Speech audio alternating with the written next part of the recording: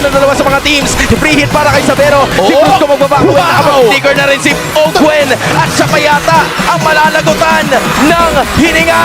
Pero hindi mahayaan yan ng Onyx Philippines. Yata ipapang-reset ni Flap ang look na ito. Pero tingnan mo naman yung targeting na ginagawa nitong si Ogwen. Medyo mapapalalim yata siya ng konti kasi nag-flicker na rin si Super Prince. Habang nangyayari lahat ng yan, baka posibleng targeting sila ng Team Falcons. Pero si Ogwen na lang ang babagsak. Popping off his immortality. Mabubuhay pa kaya siya. Ano na naman yung ibang mga members sa si Flap na magamit na naman ng Winter Crown at nandun na rin yung Blazing Duet pero wala pa rin namamatay sa pulan ng Team Falcons. Haji making the real world manipulation para sa kanilang kubonan. Make it a double for the machine. Si Sabero ang tatargetin ni Super Marco para mag-flicker pa rin. It's gonna be the rest of them locking forward.